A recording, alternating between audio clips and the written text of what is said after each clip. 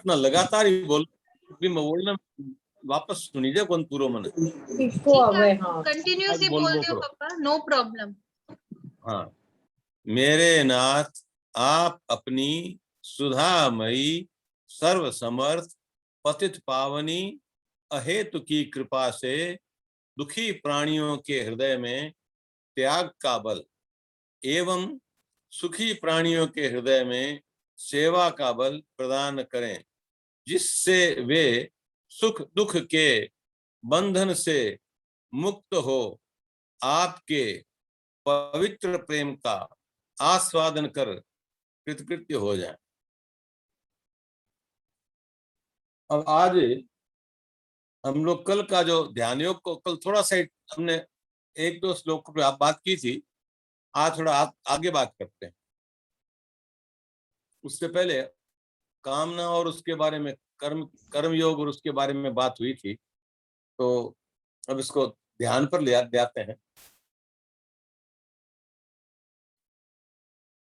मैं 5वें श्लोक से शुरू करना चाहूंगा।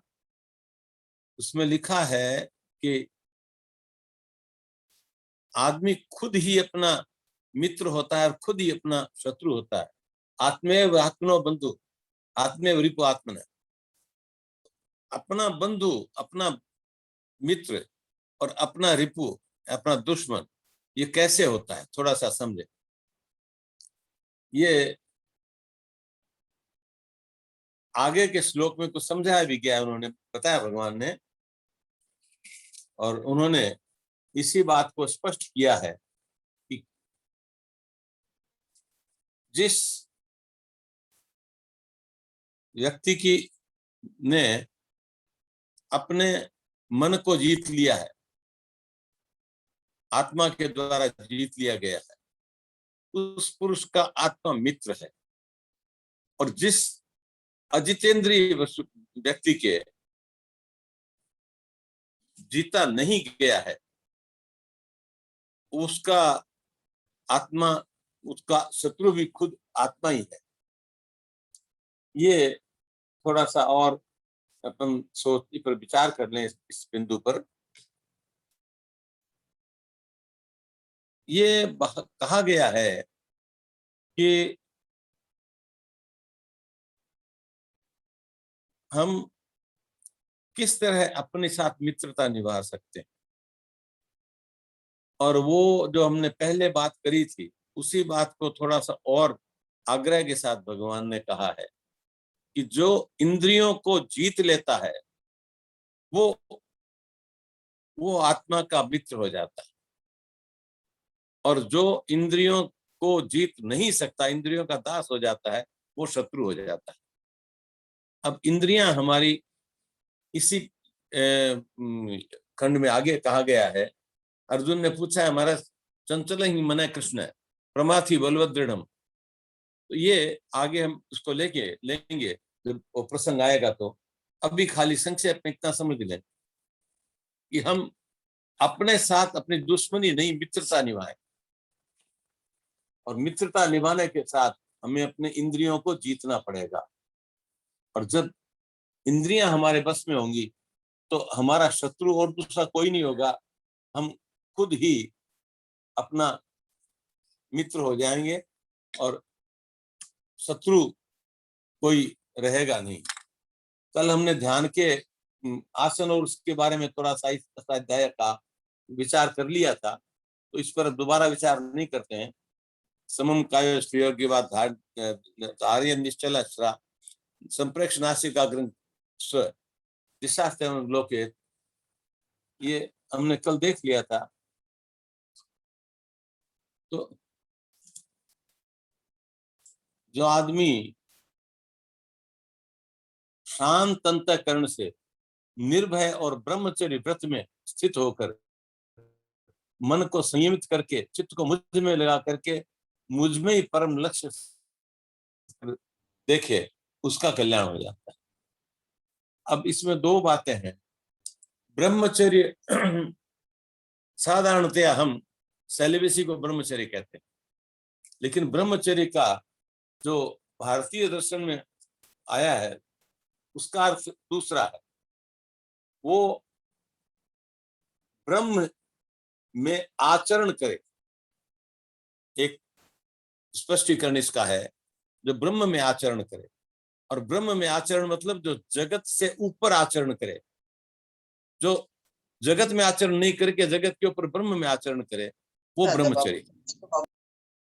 दूसरा एक ब्रह्मचर्य का दूसरी तरह से उसी बात को कहा गया है, वो है कि सब लोगों में ब्रह्म का दर्शन करे, वो ब्रह्मचर्य है। तो इसमें कि एक विशेष आचरण के द्वारा, विशेष स्पर्श इंद्रिय के उसके द्वारा खाली हम ब्रह्मचर्य को परिभाषित करें। और गीता में भगवान ने किसी व्यक्ति का नहीं कहा। उन्होंने ये नहीं कहा कि श्री कृष्ण में मन को लगाओ, या राम में लगाओ, या शंकर जी में लगाओ, या किसी में लगाओ। उन्होंने मम शब्द इस्तेमाल किया है प्राय करके, मेरे में लगाओ। जैसे आगे 9वें अध्याय में आएगा, 18वें अध्याय में भी वापस वही आएगा, मन मना वो मद भक्तो मध्याजी माम नमस्कुरु। तो वो है कि सब मेरे को ही करो। अब मेरा कौन है? मेरा का एक उदाहरण तो भगवान ने विश्व रूप दर्शन अध्याय है उसमें दिया है। मम किसको कहते हैं? मम भगवान ने उस विराट रूप दिखाया है, उस विराट रूप को। तो जो हमको दिखता है और जिसका आभास होता है और जिसका हम कल्पना करते हैं, वो सब का जो अधिष्ठाता है वो मम है। दूसरा एक इसका स्पष्टीकरण कुछ विद्वान देते हैं कि मम का मतलब है आत्मा, अपनी आत्मा। तो मम मन मना हो, मेरे मन में अपनी मन में लगाओ, आत्मा में मन को लगाओ। मद भक्तो, आत्मा के भक्त हो। मध्याजी, मेरा ही पूजन करो। माम नमस्करो, अपने को नमस्कार करो। तो इस तरह जहां मम मन का शब्द आया है, मम का, उसका मतलब ये है कि हम या तो उस विराट रूप का मम माने जो भगवान ने बताया है विश्व रूप दर्शन में, जिसमें जगत का कण कण ही मम है, या इसका मालिक जो है वो मम है। आध्यात्मवादियों के लिए मम अपनी आत्मा है। तो यहाँ मन को अपने आप में लगाने का मतलब है, मुझ में स्थिर होने का मतलब है अपने आप में स्थिर हो जाए। ये कल हमने थोड़ा सा बात करी थी कि युक्ताहार विहार से युक्त चेष्टा सुकर्मसु युक्त स्वप्न प्रबोधाय योग भवति दुखा। ये हमने कुछ बात करी थी कि युक्त आहार और विहार करे। इसके पहले भगवान ने एक और कहा है, योगी पुरुष को जहां तक संभव हो वो अधिक खाने वाला नहीं होना चाहिए, बिल्कुल भूखा रहने वाला भी नहीं होना चाहिए, अधिक सोने वाला भी नहीं होना चाहिए, अधिक जागने वाला भी नहीं होना चाहिए। इंद्रियों के दृष्टिकोण से इंद्रियां हमको अपने में आग्रह पूर्वक अपनी आवश्यकताओं की पूर्ति के लिए, अपनी रुचि की, भोग की नहीं, भूख लगती है वो आवश्यकता है इंद्रियों की, आवश्यकता की पूर्ति की तरफ हमको खींचे, तो उस समय में मन को नियंत्रित रखना कुछ मुश्किल होता है। तो ये मैंने कल बताया था, कबीरदास जी ने कहा है, कबीरा अक्षुधा पापनी करत भजन में भंग, या को टुकड़ा डार के भजन करो निस्संग। तो ये एक साधन का दृष्टिकोण जो गीता का है वो है कि हम किसी तरह शरीर के साथ आग्रह न करें। इसमें आगे एक जगह और बताया है कि जो शरीर को जरूरत से ज्यादा कष्ट दे करके चाहते हैं कि हमको भगवत प्राप्ति हो जाए, वो भगवत प्राप्ति नहीं होती। और जो ये कहते हैं कि उससे भगवत प्राप्ति होती है, उनके साथ एक बात और भी होती है, कुछ तो ये मानते हैं कि अब भगवान को, अब मुक्ति के द्वार बंद हो गए, मुक्ति नहीं हो सकती, भगवान को पा ही नहीं सकते। तो शायद उनका जो रास्ता है उस रास्ते से भगवान तक जाने का अभी कोई तरीका नहीं है, इसलिए कोई दूसरा रास्ता खोजेंगे तब होगा। अभी जो आरा चल रहा है, जो युग चल रहा है, उसके बाद एक युग आएगा, फिर तीसरा युग आएगा, तब उसका मुक्ति होगी।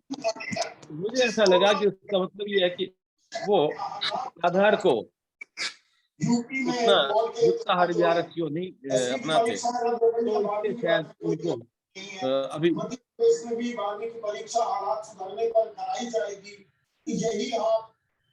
एक बार आप म्यूट कर लो, भी कुछ पीछे से आवाज आ रही है।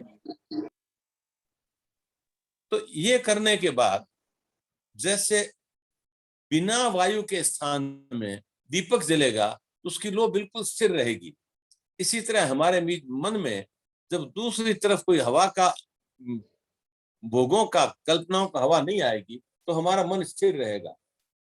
इसके बारे में महाभारत में एक जगह आया है, काम जाना मिते मूलम, संकल्पात के जाय से। अरे काम, मैं तेरा मूल जानता हूं, तुम संकल्प से पैदा हुए हो, मेरे ही अपने संकल्प से पैदा हुए हो। ये महाभारत के शांति पर्व का श्लोक है।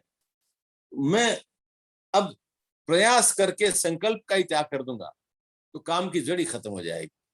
तो कामना के बारे में ये एक बहुत महत्वपूर्ण बिंदु है कि हम अपने संकल्प से कामना पैदा करते हैं और अपने संकल्प के नहीं करने से उस कामना को विराम दे देते। तो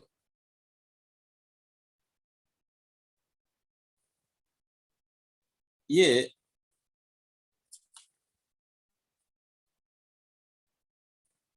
आगे भगवान ने थोड़ा सा इंगित किया है, इसमें तो ज्यादा नहीं लिखा है, लेकिन एक इंगित किया है कि रजोगुण और तमोगुण से बुद्धि बंध जाती है, उसको मुक्ति जब दोगे तब वो सतोगुण पर जाएगी और सतोगुण से आगे जाने पर सारे विक्षेप मिट जाएंगे। ये आगे एक पूरा अध्याय इस पर दिया हुआ है, इस पर अभी नहीं बढ़ेंगे। भगवान ने कहा हमारे आसक्ति से ही मन का अस्तित्व बना हुआ है।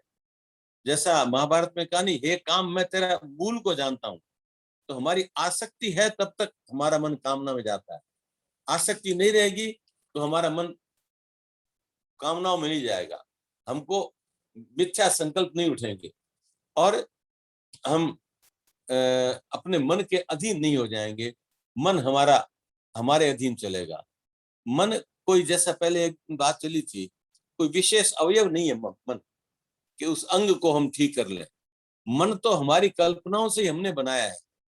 तो उस भुक्त और अभुक्त जो अपने अनुभव हैं, उनके आधार पर जब मन हमारा उसकी कल्पना करता है, तो जैसा महाभारत ने कहा कि वो जड़ है हमारी कामना है, और जब कामना खत्म हो जाएगी तो वो जड़ खत्म हो जाएगी। इसी में भगवान ने जल्दी करने का नहीं कहा है कि शनै शनै जो इसमें साधना करो तो सफलता मिलेगी। इसका आगे एक और वर्णन है, वो अपने वो जब प्रसंग आएगा तो करेंगे। मन को संकल्प विकल्प रहित करने के लिए, क्योंकि अर्जुन ने पूछा भगवान से कि चंचल ही मन कृष्ण प्रमाथि बलवदृढ़, तो ये मन इतना चंचल है कि और मतवाला है, बलवान है, जिद्दी है, प्रमाथि बलवदृढ़, तो इसको वश करना बहुत मुश्किल है। तो वो आगे जब आएगा प्रसंग तब करेंगे। इसी में है, ध्यान योग में ही है इसका। तो अब हमें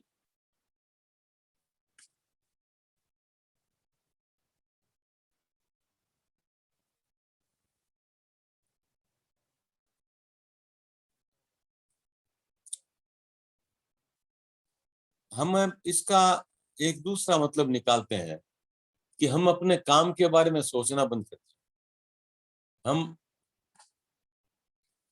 अपने कर्तव्य के बारे में, उसकी जो सोच है उसको महत्वाकांक्षा मान लेते हैं और उसमें भ्रमित हो जाते हैं, उसको भी बंद करना चाहते हैं। लेकिन वो संकल्प नहीं है हमारा। जो हमारे कर्तव्य बोध के साथ जो हमको सोचना पड़ता है वो हमारी महत्वाकांक्षा या हमारा राग नहीं है। वो अलग होता है, राग अलग होता है। इससे सावधान रहना चाहिए हमको कि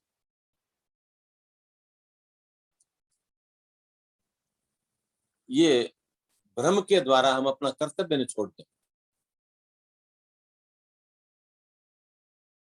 इसको ही आगे थोड़ा सा और समझाया है, जिसका मन पूरी तरह शांत हो गया हो, जो पाप रहित अकल्मष हो गया हो, और जिसका रजोगुण शांत हो गया हो, विक्षेप समाप्त हो गया हो, ऐसे ब्रह्म रूपी योगी को परम सुख मिलता है।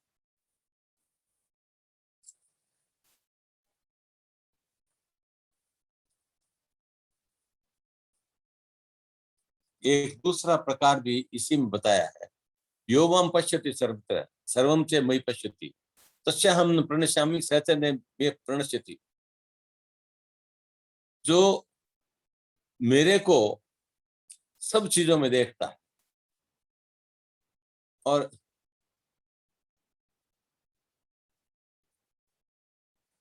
सब मेरे में ही देखता है और सब चीजों में मुझे देखता है, वो मैं उसके लिए कभी उपलब्ध नहीं होता हूं, ऐसी बात नहीं है। उसके लिए हमेशा दूर नहीं होता हूं, उसके पास रहता हूं, और वो भी मुझसे कभी अलग नहीं होता है। अब योमाम पश्यन्ति सर्वत्र, इस बात पर और थोड़ा सा विचार कर लें, फिर आगे बढ़ेंगे कि सब चीजों में भगवत रूप या आत्म रूप देखने से हमारा किसी के साथ वैर नहीं हो सकता, हम किसी की बुराई नहीं कर सकते। अरे वो तो हमारा अपना स्वरूप ही है, हमारे जैसा ही है, हमारा ही है। और जो भगवान के दृष्टिकोण से देखते हैं वो उसमें देखते हैं कि मेरे भगवान के ही सब, मुझे ही भगवान ने बनाया, इनको ही भगवान ने बनाया, इनके ही मन में भगवान बैठा है, मेरे मन में भगवान बैठा है। तो मैं उस दूसरे सामने वाले जीव के पदार्थ के अंदर बैठे हुए भगवान का दुरुपयोग क्यों करूं, उसके साथ बुरा व्यवहार क्यों करूं? ये जब भाव आ जाता है तो उसके बाद भगवान कहता है मैं उसको कभी छोड़ता नहीं, वो मेरे साथ जुड़ा ही रहता है, कभी अलग नहीं होता, विमुख नहीं होता। तो सबके साथ देखने से हमारा एक तो वैर भाव पूरी तरह समाप्त हो जाता है, दूसरा हमारे को उसका दुरुपयोग करने का या उसका नुकसान करने का वो भाव समाप्त हो जाता है। हम प्रकृति का भी, हम पर्यावरण का भी नुकसान की बात नहीं सोच सकते, क्योंकि तो भगवान का ही है। उस भगवान के को हम कैसे नष्ट करेंगे? हमारे भगवान के साथ ऐसा क्यों करेंगे?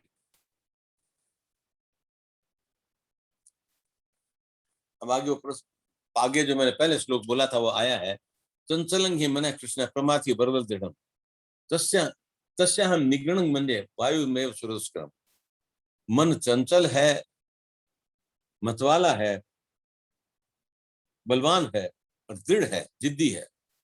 उसको पकड़ना उसी तरह था जैसे वायु को हाथ से नहीं पकड़ सकते, इसी प्रकार उसको पकड़ना बहुत मुश्किल। तो इसको बस में कैसे करें, ये एक बहुत महत्वपूर्ण प्रश्न है और हम इसका उत्तर है, उसको थोड़ा गहराई से सोचने की जरूरत है। अगले श्लोक में भगवान ने बताया है, असंसहि महामोह दुर्निग्रह मनंग दुर्निग्रह चलम अभ्यास है तो कौनते ये वैराग्य ने की। निश्चित ही संशय नहीं है कि हे महाभाव, हे बलवान पुरुष, मन आग्रही है और चंचल है, लेकिन इसको बस में करने के लिए अभ्यास और वैराग्य, इन दो चीजों से बस में आता है। इसमें एक बात और सोचने की है, अभ्यास क्या किया जाए, वैराग्य क्या किया जाए।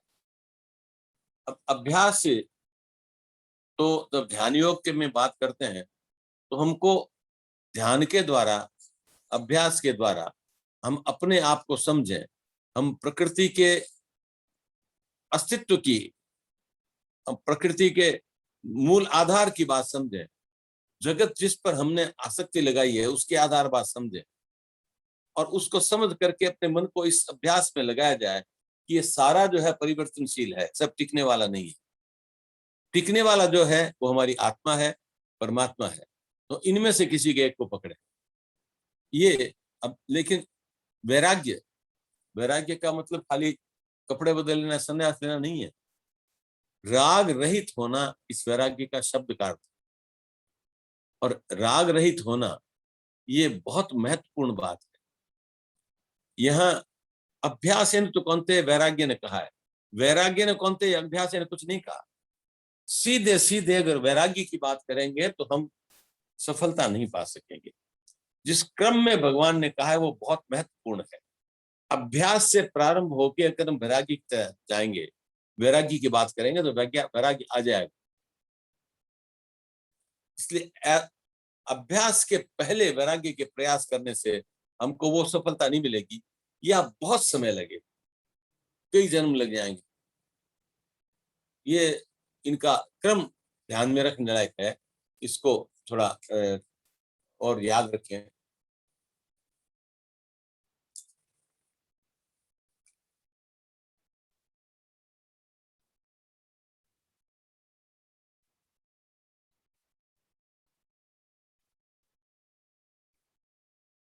अर्जुन ने आगे कहा है कि जिसका मन चलायमान हो गया है, ऐसे अपूर्ण प्रकृति वाले पर श्रद्धा युक्त की पुरुष की योग की सिद्धि को न प्राप्त करके और वो उसका पहले शरीर चला जाता है तो गति कहाँ होती है।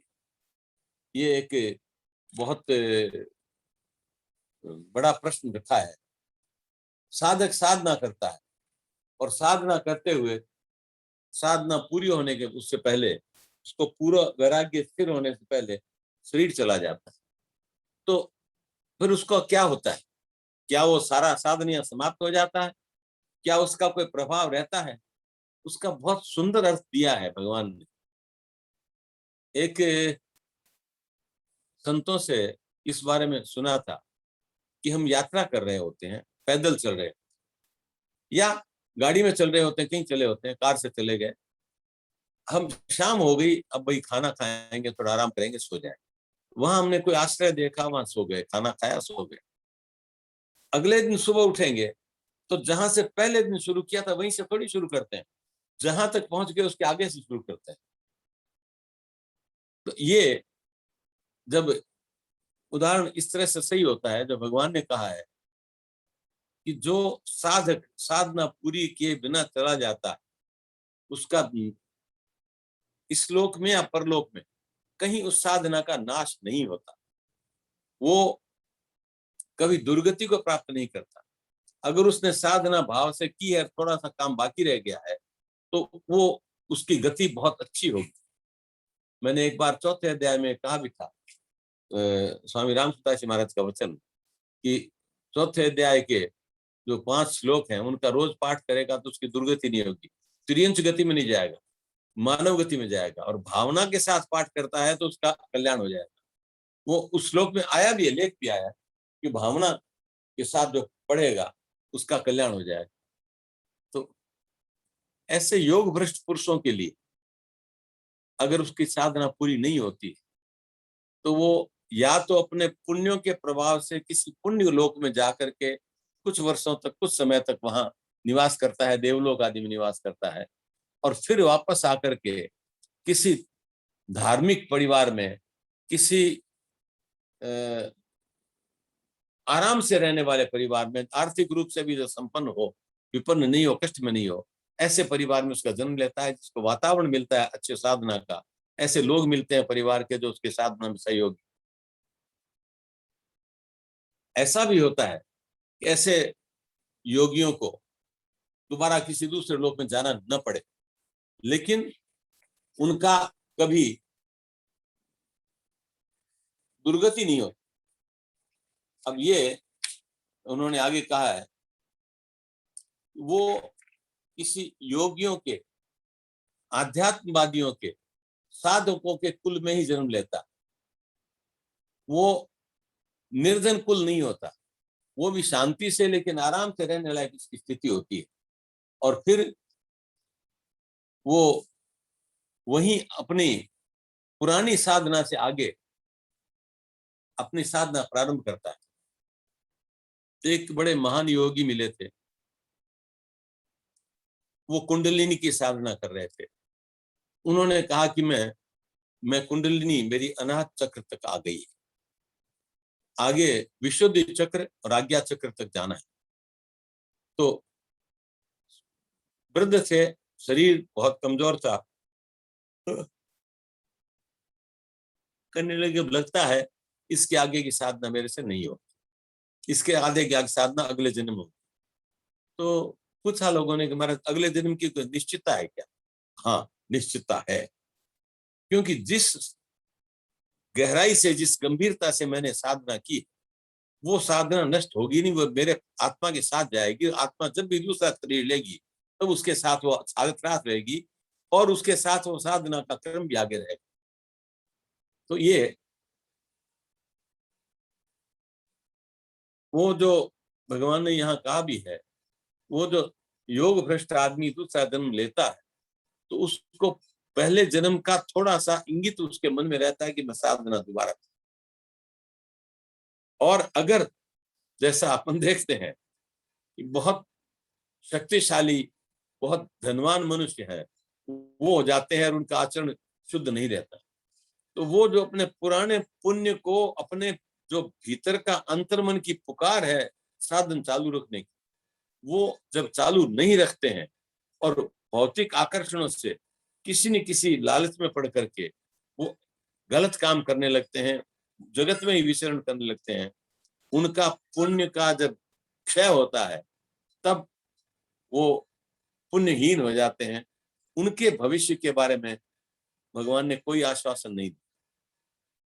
मैंने एक कथा कही थी, उस कथा में भी यही बात थी कि जब उस ठाकुर का पुण्य समाप्त हो गया तो उसको तरह तरह की बीमारियों ने, निर्धनता ने इतना घेर लिया, सारे मित्र सहयोगी सब चले गए, तो वो एकदम असहाय हो गया। तो ये अगर किसी ने पुण्य का भोग करना शुरू कर दिया तो पतन हो जाता है, लेकिन अगर पुण्य को, अपने पुराने संस्कारों को, अपने परिवार के अच्छे वातावरण को जो भगवान से देता है, उनका खान पान शुद्ध हो, उनका रहन सहन शुद्ध हो, ऐसे परिवार में जन्म देता है भगवान, तो फिर उसको अपनी साधना को आगे बढ़ाने का अवसर भी देता है। उसमें विशेष ध्यान देना चाहिए।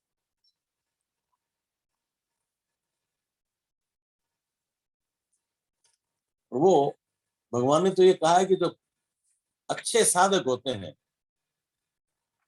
वो दुर्लभ जो परिस्थितियां हैं वो उनको प्राप्त होती है, और वो अपने पूर्व ज्ञान के बिंदु को, जब उनके योग और योगाभ्यास को, वो एक भावना रहती है उसको आगे बढ़ाने की, तो उसी अभ्यास के कारण वो आगे योग को बढ़ा करके अपनी बची हुई साधना पूर्ण करता है।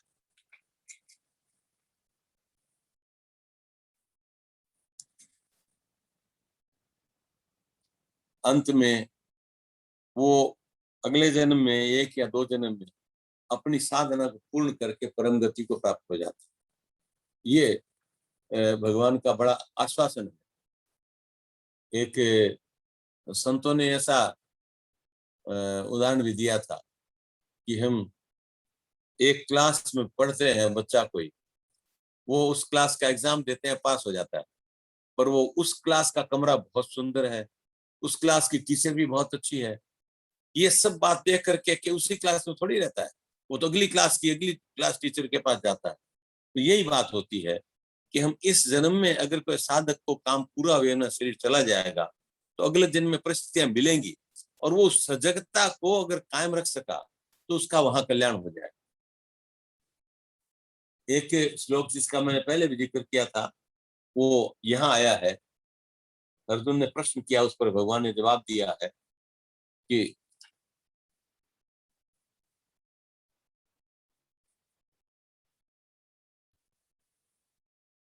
योगी का किससे बड़ा छोटा होता है। तो यहाँ भगवान ने कहा तपस्वी भ्यो अधिको योगी, ज्ञानी भ्यो मतोधिक, कर्मी भ्यो अधिको योगी, तस्माद् योगी भवार्थ।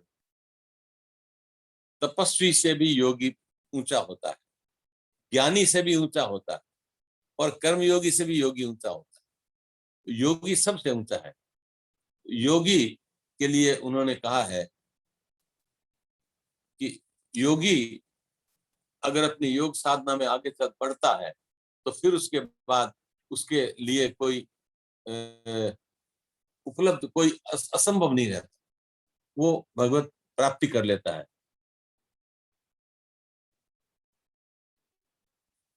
यहाँ ध्यान योग का अध्याय संपूर्ण होता है और इसके आगे ज्ञान विज्ञान योग प्रारंभ होता है। पहला ही श्लोक है उसका, मैया सक्त मना पार्थ योग निंजन नाथशय असंशय समग्रमा यथा ज्ञासी सत्सुनो।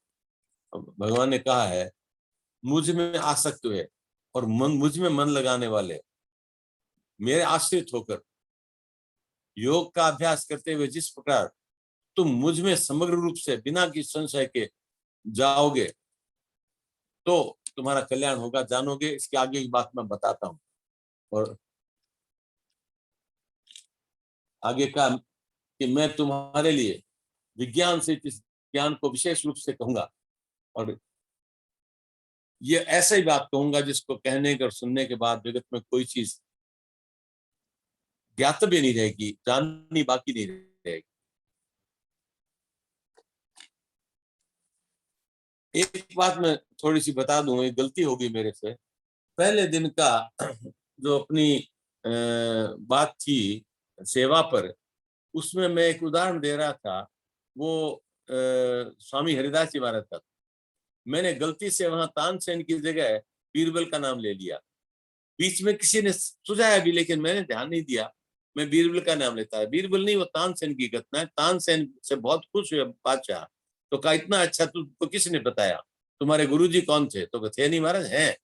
वो कहाँ है? वृंदावन में है। आगरा से वृंदावन बहुत दूर नहीं है, तो उनका बुला ला उनको, वो नहीं आएंगे। वो किसी बादशाह के लिए, किसी राजा के लिए कुछ नहीं करते, उनको तो अपने भगवान से मतलब, वो जगत के बादशाह के लिए करते हैं। काफी उसके कहा गया, मैं उनको बहुत दूंगा, सम्मान करूंगा, वो करूंगा। तो तानसेन ने कहा वो आएंगे ही नहीं, कहने में फायदा नहीं। तो अच्छा, मैं तो उनको सुनना चाहता हूँ, क्या करें? तो फिर एक काम करो, मेरा तानपुरा उठा के चलो मेरे साथ। वहां गए, वो घटना मैंने सुनाई थी आपको।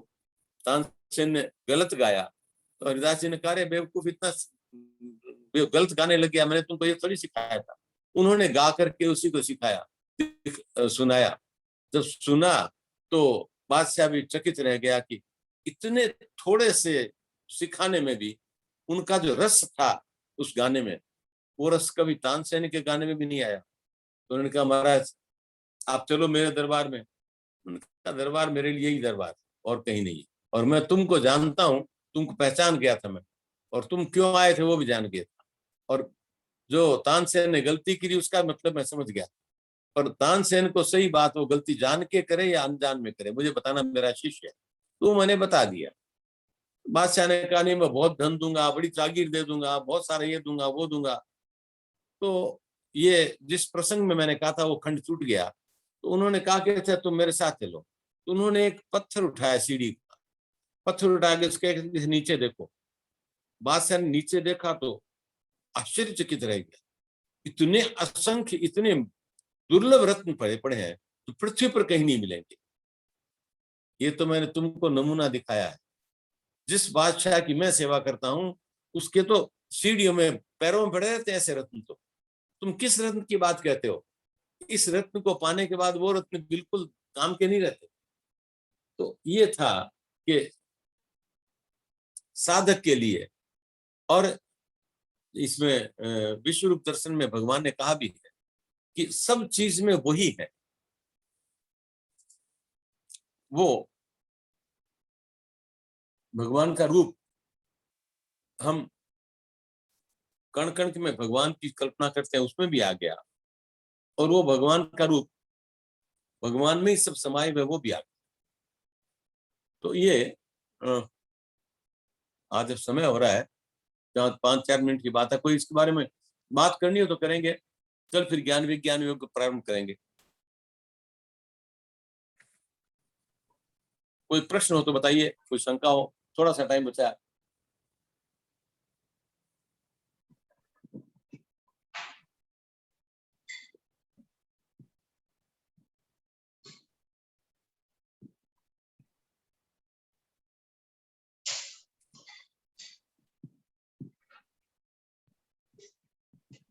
कोई प्रश्न नहीं है तो फिर कितना टाइम बचा है कांता? 5 मिनट। थोड़ा सा एक प्रश्न हल्का सा और ले लेते हैं तब तो। भगवान ने कहा पृथ्वी, जल, अग्नि, वायु और आकाश और मन, बुद्धि और अहंकार, ये भगवान ने कहा मेरी प्रकृति जो है 8 भाग में विभक्त है। इसमें कुछ भौतिक है, कुछ भौतिक नहीं है। मन, बुद्धि और अहंकार भौतिक नहीं है। जो पंचभूत हैं वो तो भौतिक, पर एक भगवान की जो प्रकृति है उसके विभाग उन्होंने बताए हैं और उसको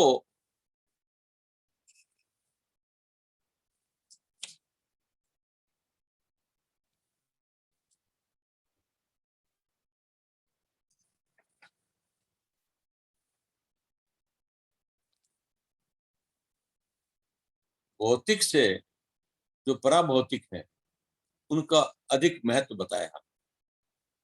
साधारण जो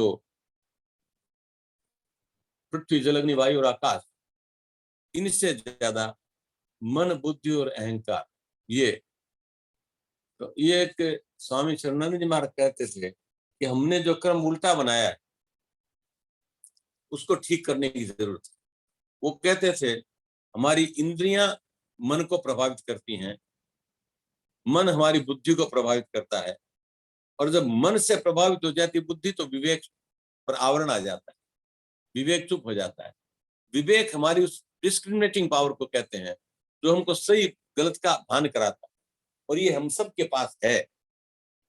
इसमें हम उसकी बात न सुने तो वो अपना इशारा करना बंद कर देती है, वरना वो इशारा भी करती है ये गलत कर रहे हो, और उसका सुना जाए तो वो सही रास्ता बता देती।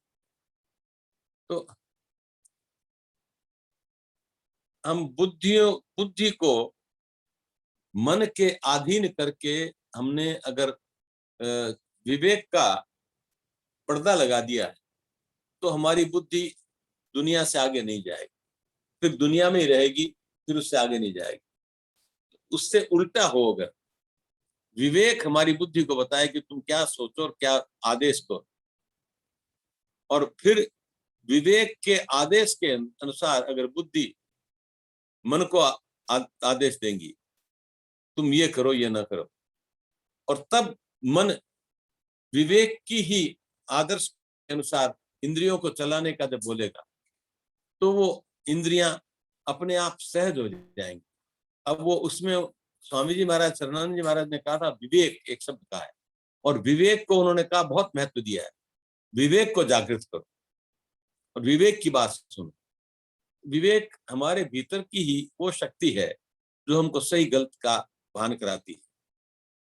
होना तो ये चाहिए हम किसी काम से पहले 1 सेकंड के लिए हम खुद ही विवेक से पूछें सही है गलत।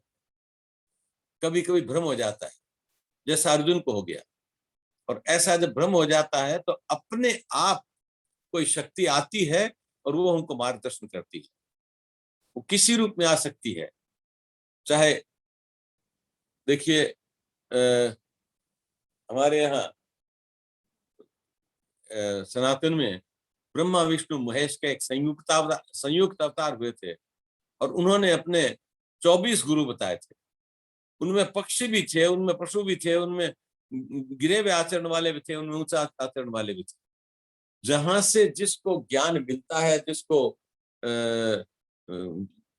अच्छी सलाह मिलती है, उसको गुरु कहा जाता है। और वो उन्होंने 24 गुरु बनाए थे। दत्तात्रेय भगवान के 24 गुरु थे। ये प्रार्थना करा पापा। उनका विशेष बात थी। अब हम प्रार्थना करें। मेरे नाथ, आप सुधामयी सर्व